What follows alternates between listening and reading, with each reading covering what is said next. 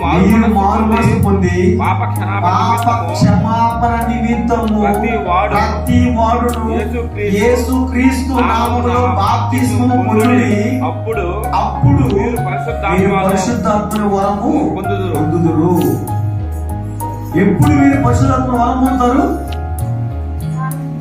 ఎప్పుడు? బాప్తిస్మం పొందినప్పుడా?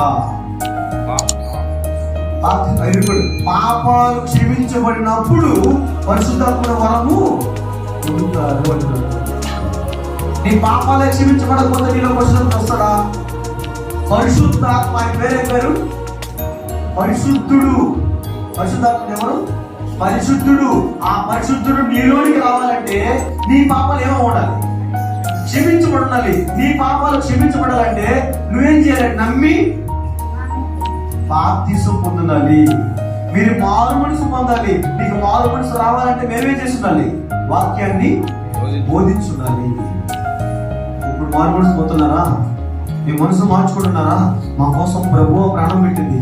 అవును. యేసుక్రీస్తు నామం ఎంత గొప్పదా? అవును. సంఘమును శిరస్సుగా నియమించాడా? అవును. పరలోకానికి మార్గము నేనే అన్నాడా? అవును.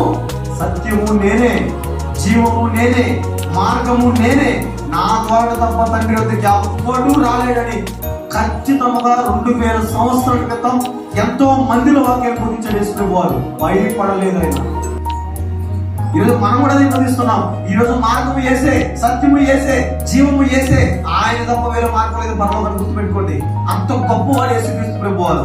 పాపాలు క్షమించాలనే యేసు ప్రభు దానికి మూలం. నీ రక్తం, ఆయన రక్తంలో నీ పాపాలు కడుక్కోవాలన్నా ఖచ్చితంగా దానికి మూలం క్రీస్తు ప్రభు. మీరు మనం మర్చిపోకూడదు. ఇది మారు మనసు. వాక్యాన్ని వినండి, విశ్వసించండి, గ్రహించండి, మారు మనసు పొందండి, ఒప్పుకోనండి, వెళ్ళి నమ్మి మార్పు పొందండి. అప్పుడు మీకు ఏముంటది? రక్షణ. నాకు రక్షణ కావాలి.